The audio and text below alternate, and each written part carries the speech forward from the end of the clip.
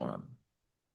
Hello, everyone. Welcome to the Breaking Free podcast. I'm your host, Nathan Francis. Today, very grateful, very humble to be joined by Corey Baum. Did I get it right? Close enough. Yes. Corey Baum. Yeah. Baum. Awesome. I haven't tried to pronounce your last name. I love doing that on air. I'm very good at pronouncing last names, Corey. Makes it very authentic. Yes, it does.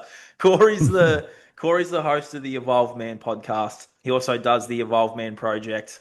I was on his podcast at the start of the month. That might be going up in the new year, I think, Corey. So stay tuned for that one. Corey, welcome to my platform today. You told me a bit about your story off air over the last month or so. So I'm really looking forward to you sharing all of your insights, all of your insights and wisdom with my audience, mate, that's a bit younger. So, welcome to my platform. Welcome to my show, mate. I'm very, very grateful to have you here. So, welcome. Thanks, brother. Yeah, happy to be here. Let's get into it, mate. So everyone is probably thinking, who are you? What do you do? And how did you get here today? So, let's get straight into it, mate. Who are you? What do you do? And how did you get here? Absolutely. Yeah. So it's a short, long story, right? Just to kind of sum it up. I kind of got into it. So I think really looking back, it was probably, I don't know, 6 or 8 years ago now, where and honestly, I say 6 or 8 years ago, but the story is lifelong, right? But Yeah. really at 6 or 8 years ago is where things really started to come to a head for me. Um, Prior to that, most of my life, like I really struggled with confidence, um, and kind of like purpose and direction in a lot of different things, right? Um, I was married. Well, I still have two kids. I'm no longer married, but as I started, there was a lot of things throughout that relationship, both with me, and within our relationship that really, are you still there? You are. Yep. Okay. It froze for a second. Okay, Absolutely. good. But so there was a lot of things both in that relationship for myself that you ever heard the term nice guys? Yep. Oh yeah. Yeah, right. That was me to a T, right? Like it was interesting when I first read that the first book by Robert Glover, No More Mr. Nice Guy.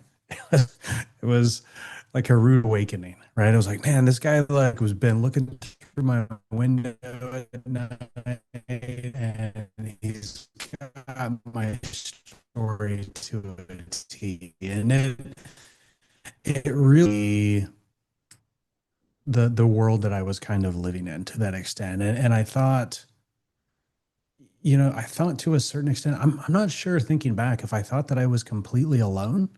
I know many times throughout my life, I definitely thought that that was the case, that I'm only one struggling with these sort of things. But at the same time, like I thought that's just kind of how guys did life, right? So it's keeping secrets, hiding things,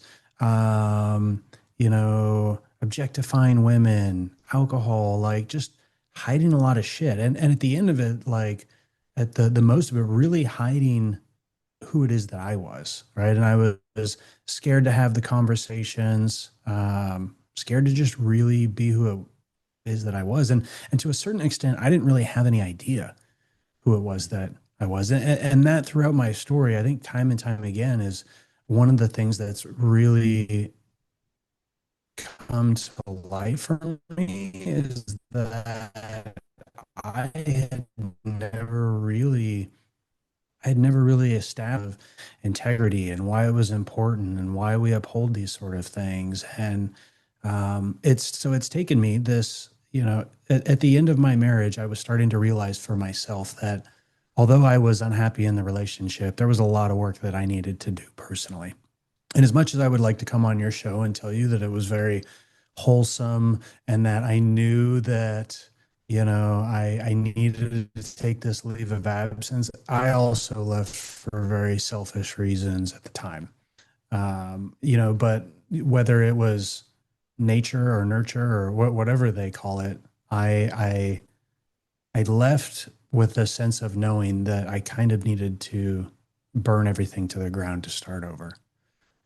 In a sense, in the way that I think about it. And so for me, it was after I left, really digging into men's work and personal development and self leadership and such like that, that I've, I guess, kind of like a phoenix, right? I've burned everything, I've burned everything down essentially to the ashes and rose back up again. And along the way, really realizing just how important um, is in society today. You know, and in a place where when I look back now of where I was, like I didn't have that community of men that I could lean on to challenge me, to support me, to question me, to rise with me, those sort of things. So yeah, to where I am now. So now that's kind of my, I was telling somebody just the other day, like this has been like my doctoral work, basically. Not really my going for my doctorate's degree, but it feels like it. Like it's, working on myself and doing this work just continues to pay dividends for myself and my kids and my family and the community and men that I support. That's 100% true, isn't it? And that's the reason why we do what we do, you know. And that's the reason why we're just building these communities and building these. Yeah, it's just what we're here to do as men, though, right? Yeah. It is. I feel that there's such an aspect of it, right? That above, above other callings, that there is a certain aspect of masculinity, of manhood that is stepping into that sort of leadership role to call other men forward, to support them and such. So, Yeah. 100%. I just want to circle back to a couple of things you said in a bit of your story, in that, mate, was like, so with self-development and personal development and all the things, like, my audience knows a bit about my story and how this work found me. Did this work find you? Like, what was it that was like, oh, I need to do this? Because we all have that moment. What was your moment of, like, how did it find you? And did you have a moment where you're like, I need to step into this now? yeah, I think that I don't know if my moment was quite as epic as yours and quite as momentous in the like I fell through the glass sort of thing, but pretty similarly, man. I mean, I was coming into my 40s with two kids, just divorced, and I was leaving behind anything that I had ever known, and Yeah. I had moved into a all empty place.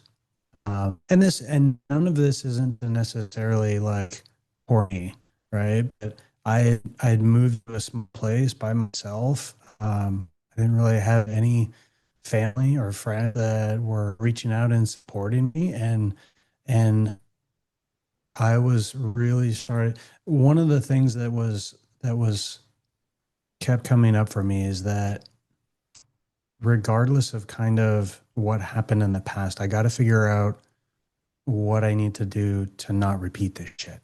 Right? Like I Yeah. can't there's so much of my life that got me here, right? And for better or worse, my life didn't that those moments didn't end kind of tragically, right? Then I didn't go out in a blaze of glory sort of thing by the skin of my teeth, but I knew that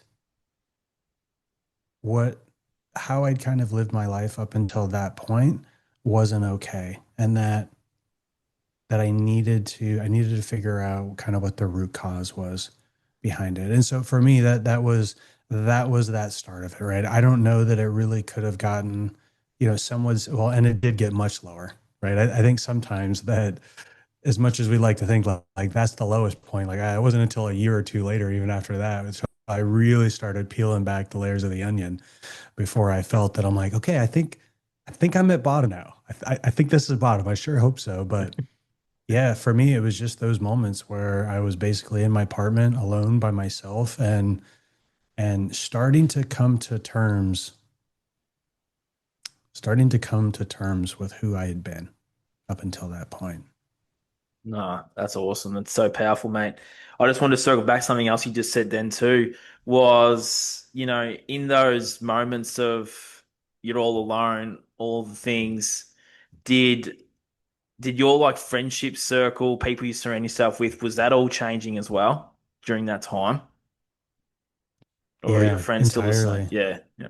No, and one of the things that was at the precipice of like having this discovery at the end of my relationship is that I was starting to realize at that point that for all of my life I I had really lacked vulnerability to an Yep. extent, both with myself, with my wife, and absolutely with my friends. And you know, it wasn't just that I was withholding necessarily with all of them, but that was the way that I knew to show up to life, right? Like everything was very surface level with everybody.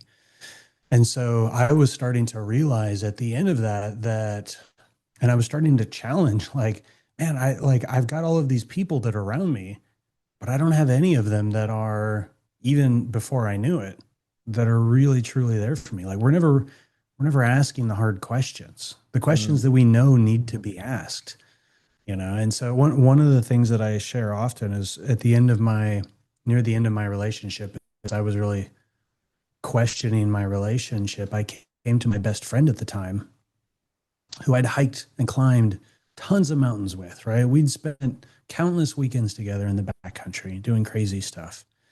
And we got done mountain biking this day. And I asked him out of nowhere. I've been pondering this. I'm a very like, you know, quiet guy until something comes to mind. And now you can't shut me up, you know, asking the hard questions. But I asked my buddy, I said, "Hey man, what does intimacy, passion, and romance look like for you in your relationship?" And Oh, he just kind of like stopped and this was this was like profound stoicism for me at that time because I never asked questions like that, but I was just so lost.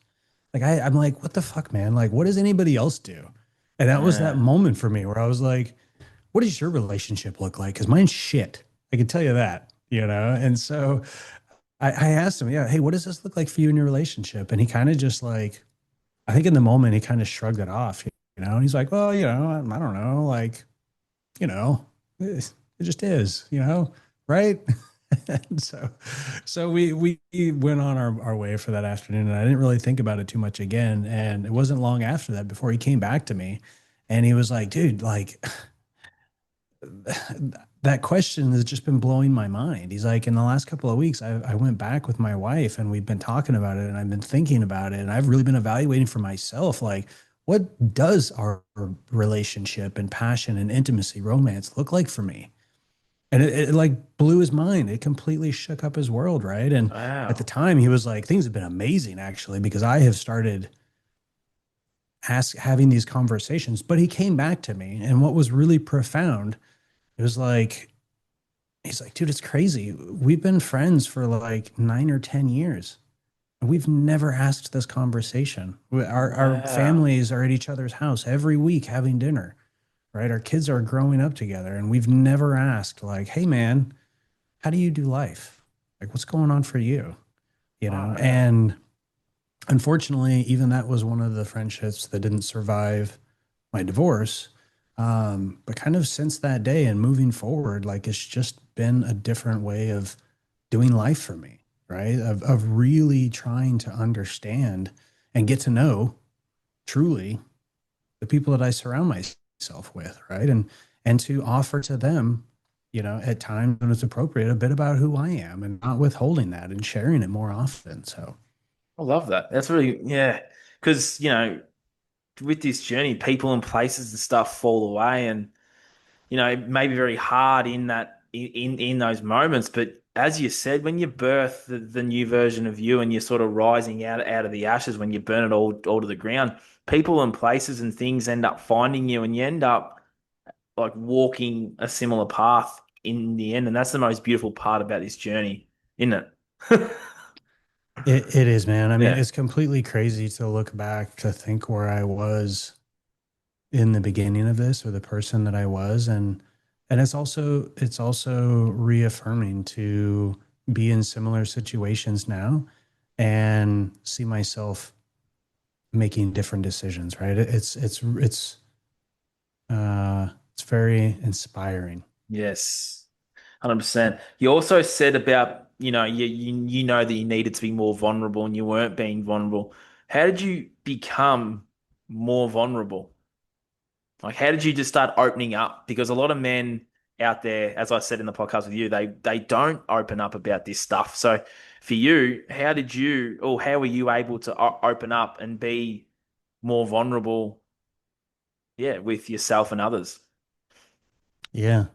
So probably for probably 2 years before my divorce, I was meeting up 2 to 3 times a week with a therapist.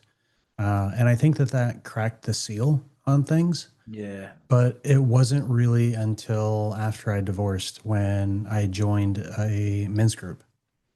And it Oh, was an online men's group of other dads, right? And it wasn't your conventional men's group, right? Where we all show up and we sit in a circle and we do those sort of things.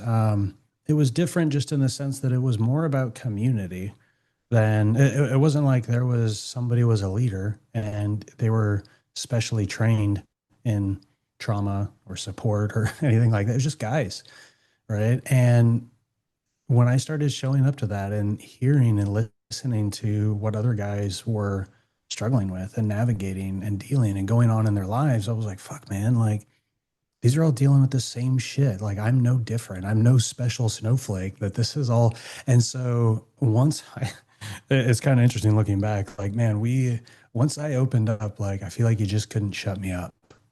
I love You know, that. and we had calls at times. There was one call that I was a part of, and we were getting on calls multiple times a week, but there was these, I think, Friday calls where we were often having 6 hour calls with half a dozen guys that throughout the day, maybe they'd be coming and going, and somebody else would share for a while, right? And somebody like go back to work for a little bit, and then somebody would pick up the ball and they'd share for a long time and asking questions. But it was just this brotherhood, this community, right? And I felt safe.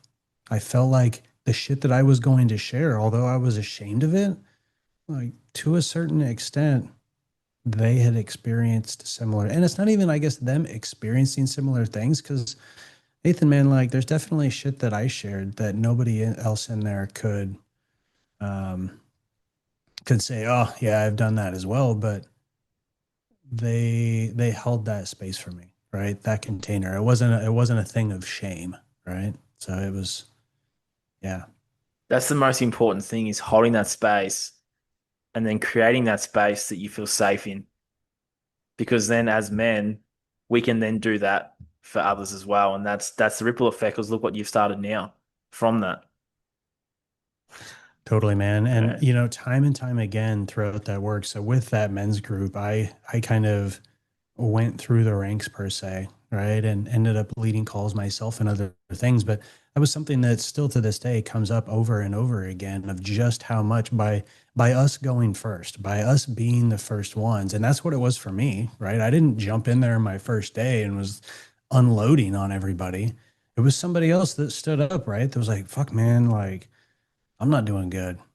Like I fucked up in my relationship, or my relationship shit, or whatever it is. And it was them taking that lead and that initiative that encouraged me to step forward and do it. And time again, I've had men come to me and be like, man, dude, thank you so much. Like you sharing that just lets me know that I'm not alone. And it allows them to step into that place as well.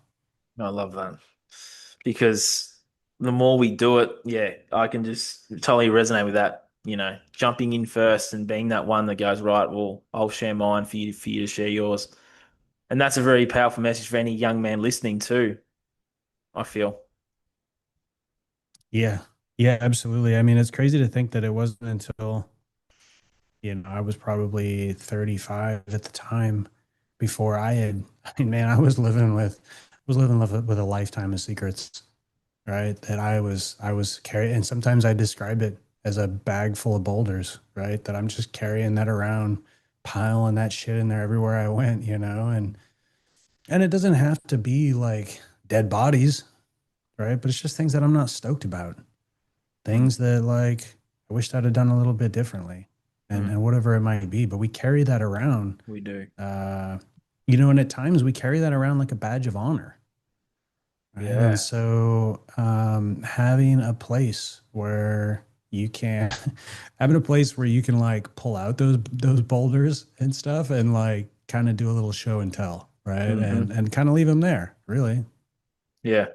That's exactly right. How do you take care of yourself now? Because it sounds like, you know, as you go on this journey, we take care of the mental, the mental, and the spiritual. So, how do you take care of yourself now physically? Like, what were you doing prior, like exercise wise, eating wise, drinking wise? Like, what does your lifestyle look like now, given that you are the evolved man?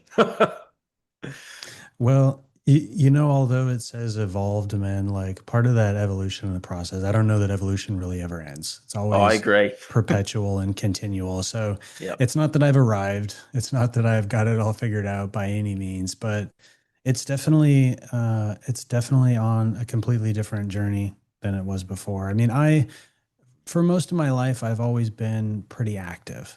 Yep. And so that um, it wasn't something that was necessarily a big shift, but the difference comes in how that everything else, I guess, kind of the peripherals around that, right? So my food and nutrition, right? And so cutting out things like alcohol, eating good food, focusing on my recovery, Yeah. stretching.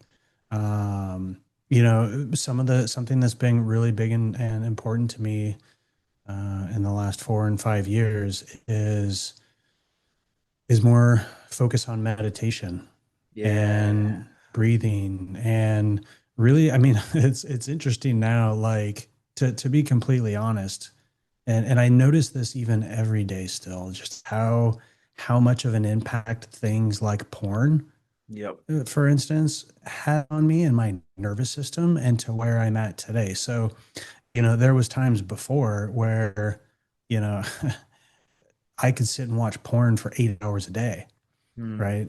But now my excitement comes from like, I don't know if it's always excitement, but like getting up and getting in the cold plunge at 5 in the morning to try to, for me, that's an opportunity for me to do something that I don't want to do, something that's uncomfortable. But even more with that, it's for me to experience like what that uncomfortableness feels like in my nervous system of Yeah. things that I don't want to do, if I'm anxious, that I want to get out of the cold plunge, of any of these other things. Because for me, that's indicative of all of these things in my life that are drawing me to do them, whether it's porn or alcohol or any of these other things that aren't productive to me, and kind of proving to myself every morning that you can say no. Yes. Very powerful word. You touched on porn too. That's a big.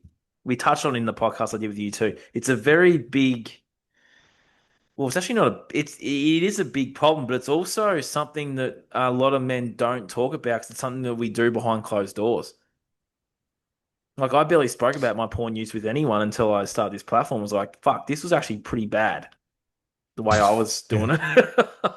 Yeah. And for you, you're a bit older than me, so how how old were you when you're exposed to that content, and what did you do to get yourself out of that dopamine cycle of pleasure and all the things? Like, what do you do now as opposed to back then as well? It's like a two-winded question there. If that makes sense. Yeah. And they're two completely different worlds Yeah. for me. And I don't, it's kind of sad looking back because although I don't want to, I'm still in a place in my journey that I'm not necessarily ready to say, like, I'm going to go down to the government and picket, pornography. But man, I tell you what, like, it's a slippery slope. Like, Yep. yeah, it's something that's out there, but it's like a really good drug that's legal. It's like, yeah, it's Yeah. legal, but man, I tell you what, like Yep. it's a dangerous world. And so for me, it was I was I didn't have any idea how gripped I was with it. at the time and how it changed my perspective of the world and the decisions that I made. And yeah, everything's clear looking back now of like, oh yeah, it was bad. But I think my life would probably be a lot different in a lot of ways had I it's not that I can just say like had I not been had that relationship with porn, because you got to have something else as well, right? Mm. So I think if I had plugged in to some of the other things that I recognize now, right? My core values, my purpose, my things like that, it would have been different all around. But really for me, um, I think I recognized at the end what that had created in my life, like where it is that had gotten me, right? And I really started. It wasn't until it was a shift for me. If you think about it in a sense of not really having any core values, of not really having any identity and things like that, and after I left my marriage and um, spent some time exploring and really started digging through my sexuality and this process of my own growth and development, that I really started to challenge those things and where it is that I came to that belief. Right. And a lot of that sort of stuff was coming back to my addiction to the dopamine, to the porn, to those sort of things. And that the further that I got away from it and the more settled that my nervous system was, that I was starting to really question whether or not that was what I wanted in life.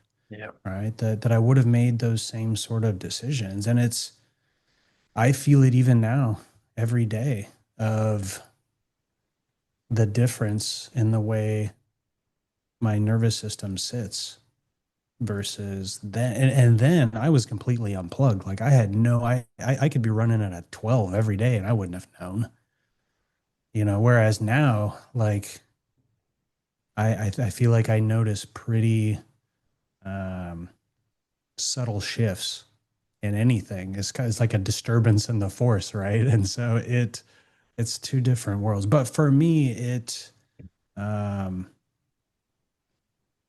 I think that to answer your question, I think I really recognize the impact that it had had on me. And it came in a sense of like having it reflected back to me, Yeah. if that makes sense. And Hmm. without getting too deep into it, I basically had somebody in my life after my divorce that basically reflected back to me who the human that I had been all those years. And it was disgusting. It sucked, to Mm. say the least. And I was like, dude, man, Yeah. that sucks. Yeah. And it's, for me, mate, porn affected like nearly every other area of my life, like even just like sexual experiences for me, mate, like they were so different when I was on under the porn spell because my whole views of sex and women and all that were, as you said before, like objectifying and, you're comparing yourself to the ones you see on the screen. And, for me, mate, like stepping out of that space now and probably for you too, like are your experiences a lot different now because it's like the porn spell's gone? Yeah. Yeah. It's it definitely is. It absolutely is. And it's been a journey for me, to say the Yeah, least, to same. Yeah. really come to a place of how I came to that conclusion and what it is, the way that I think about it. And I feel like for most men, like I had to figure out every wrong way in order to decide on the way that felt right for me. 100%. Right?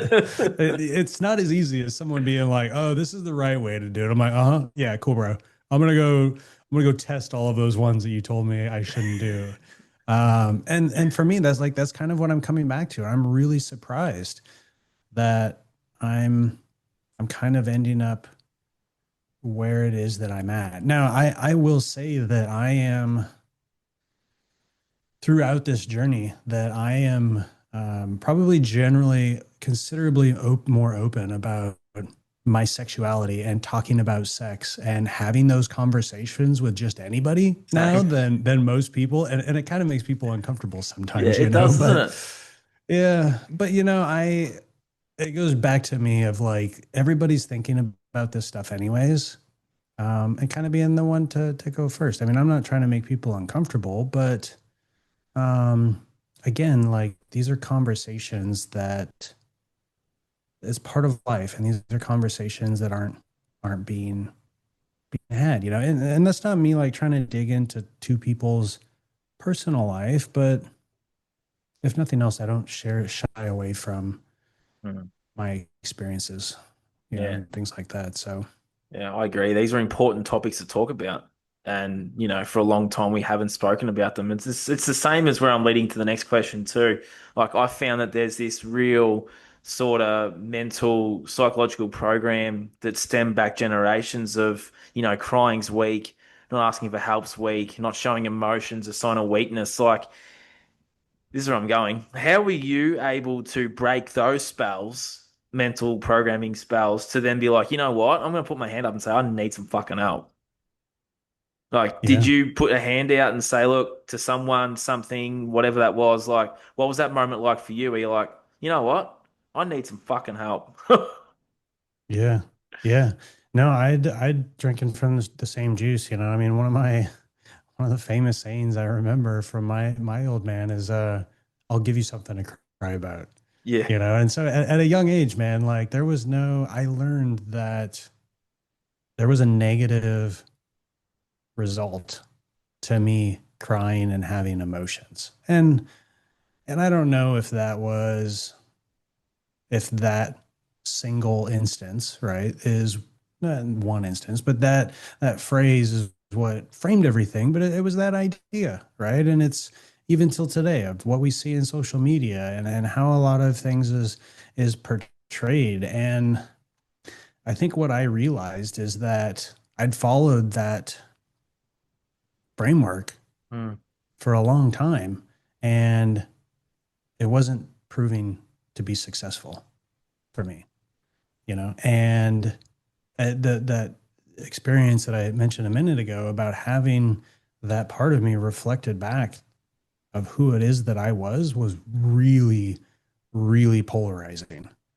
It really kind of shook me to my core. And that was the thing, was like, look, man, I got to reevaluate things because what I've been doing up until this point clearly has not worked. yeah. Right. Like this is not who it is that I want to be. And a lot of that again goes back to the men's group in the community, like having people also being able to look around and to have somebody to kind of evaluate. Like we're not talking about sports and drinking down at the bar and things like that. Like we're talking about our core values, right? About our wins that week, about things that we struggled with and such. Yeah. And it's two different conversations. And Yeah. so seeing to get back to your question, seeing that like, hey, these men that I respected that were leaders and were powerful, like this wasn't weakness. Like this is how they were able to.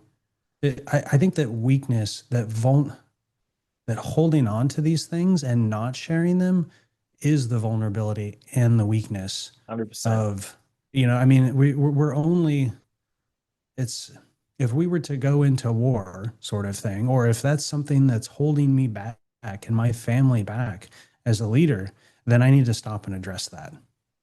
Right. And that might mean getting help. That might mean, digging into some of that trauma or that shame or whatever it is. But I can't move forward as a leader, right? Leader of myself, leader of my community, my family, whatever it might be, until I address that situation. I can't, I think the ignorance would be just acting like it doesn't exist.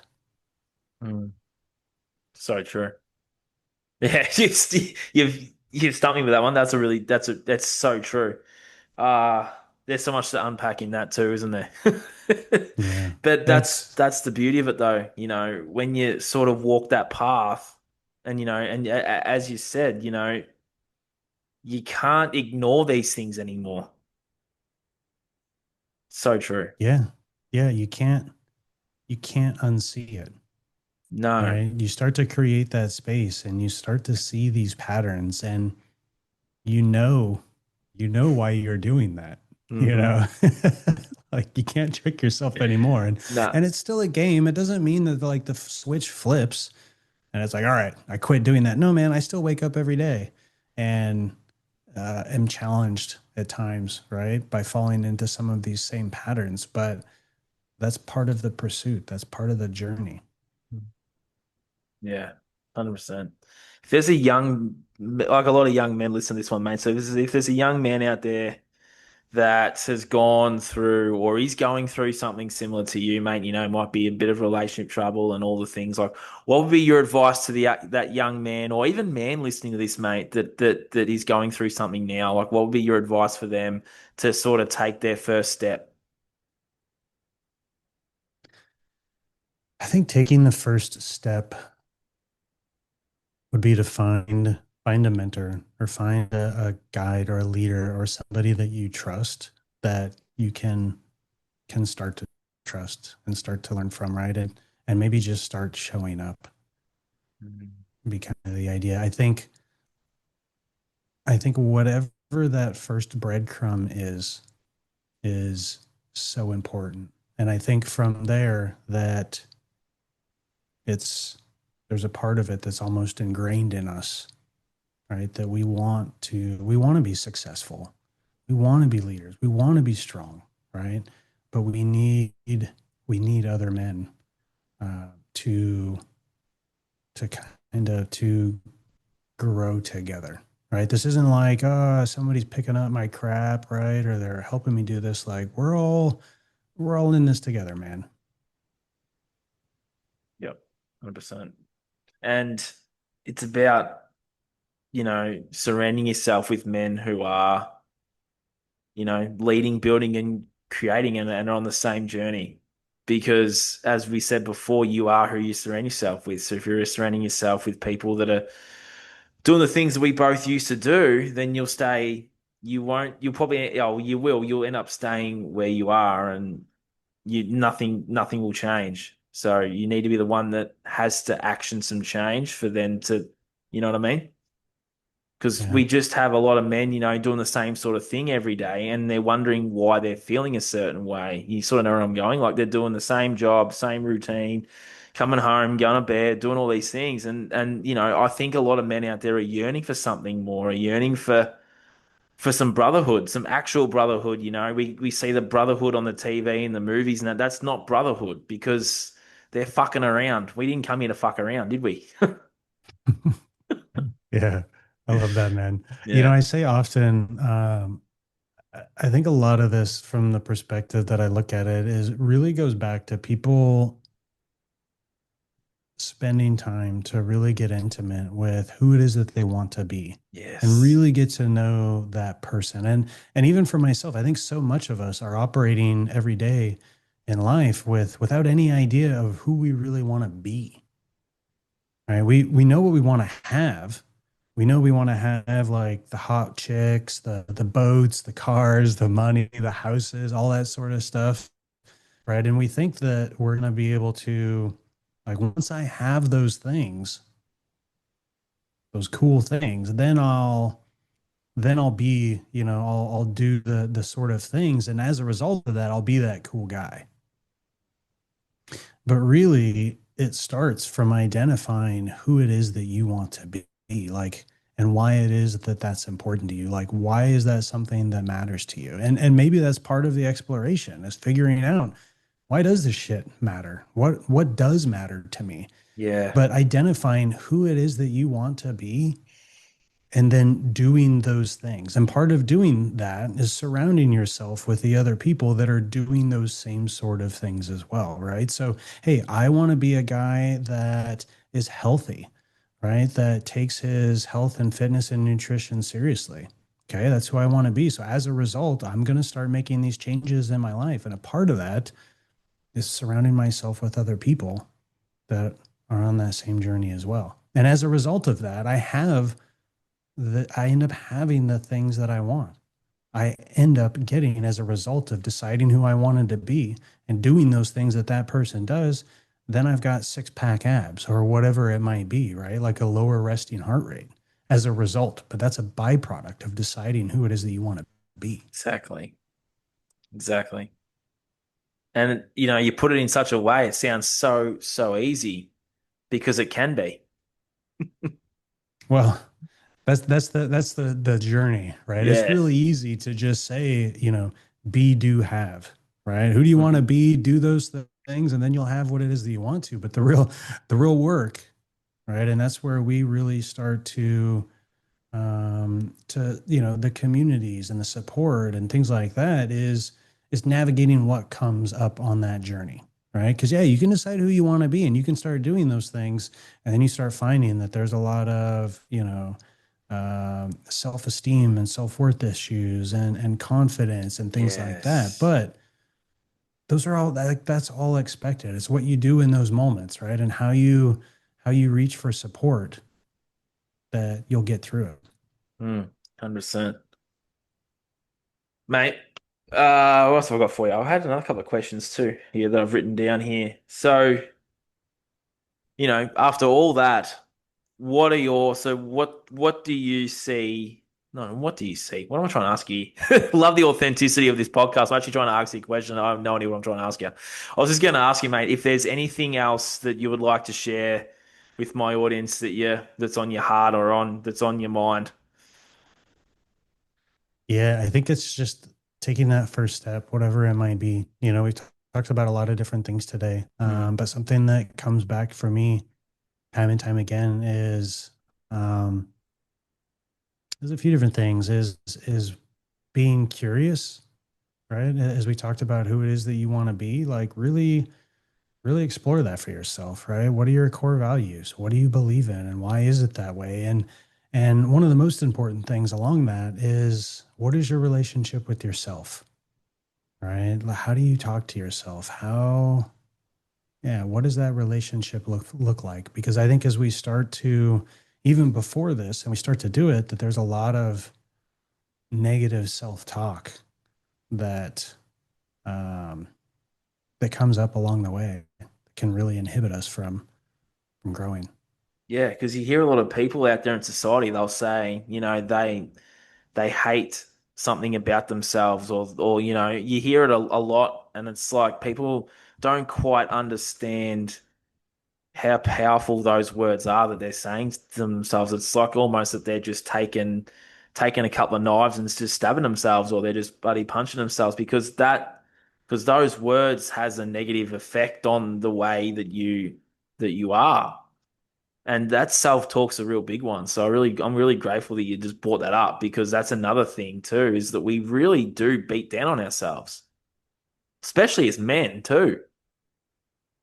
Oh yeah, man. I mean, we were talking about earlier, a rite of passage, or like wearing it like a badge of honor. Mm. Like it's the conversations. It would be so interesting to hear if everybody walked around and you could like tune in to their dialogue. Like it's nasty Yeah. what it is that people say to themselves. And I often describe it in working with other men, right? I've got two boys that are now 7 and 11, right? And I often when I'm working with men like this, like I'm looking at it from that perspective, right? Like, Yeah. how would you feel, right, if you said that to for me, my kids, if I was saying that to your 7-year-old kid, like, oh, you're just so fucking stupid. Why is this still a problem? You're 42 years old. Like, how many times do you have to go through this before you get it right? That's horrible. I Yeah. would never say that to my kids, not in a million years. Why is that okay to say to myself? It's not. 100%. Yeah. So how were you able to like how do you talk to yourself now if you're going through something? What do you Yeah, say? well, What do you say? it's not that those thoughts necessarily always go away, right? Exactly. And That's what I was getting at. yeah, I'm a firm believer that these are all parts of ourself, and at different times in our life, that they were, they've kept us out of danger. There's probably something at some point that they have been helpful or are helpful, but they often come up at times when maybe it's not necessary. And so really beginning to create space in that, and to one first even acknowledge that these conversations are happening in the moment, to listen and to actually catch that dialogue, right? But then really be able to, I mean, it's kind of a couple of different things, but for me, a lot of it goes back to curiosity, right? And just saying, like, huh, that's interesting. It sounds like you're really upset about that. Like, you're really scared. Like, tell me more about that. What's going on? And I look at it for myself as if it is one of my kids, right? It's like going over there and putting my arm around him and being like, dude, what's up, buddy? Come here. Hmm. What's going on? Like, where's this coming from? And just along that journey and that exploration and being curious, but at the end of that, reminding myself, like, yeah, maybe that wasn't perfect. I could have done it differently, but I know that I'm not an idiot. There's a lot of things in my life that I've done really well, or whatever that sort of thing might be. But I think for me, that's one of a few things that has really shifted my growth is at the cornerstone of that is my relationship with myself. I love that. What are some tools, tips, and resources that you use now that are really helpful for you? Like, what was it for you? You said meditation, breath work as well, but like, are there any other ones that have really helped? I know I said in mine, like journaling and stuff. Like, what was it for you that's really sort of helped you through those dark periods? And then even now, when they still come up, because these things don't just go away. We do the work, but things still come up. So, what do you sort of do when things come up, and what's your sort of resource or tool that you use?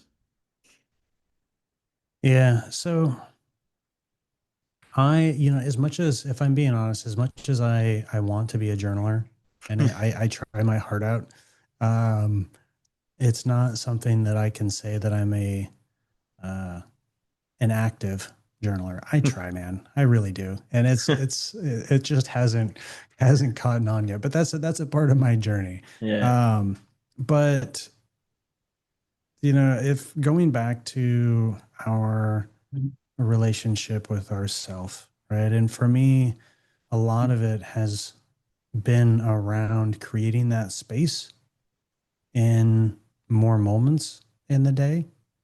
Um, and that varies, right? That varies from sitting down and trying to be intentional about a meditation.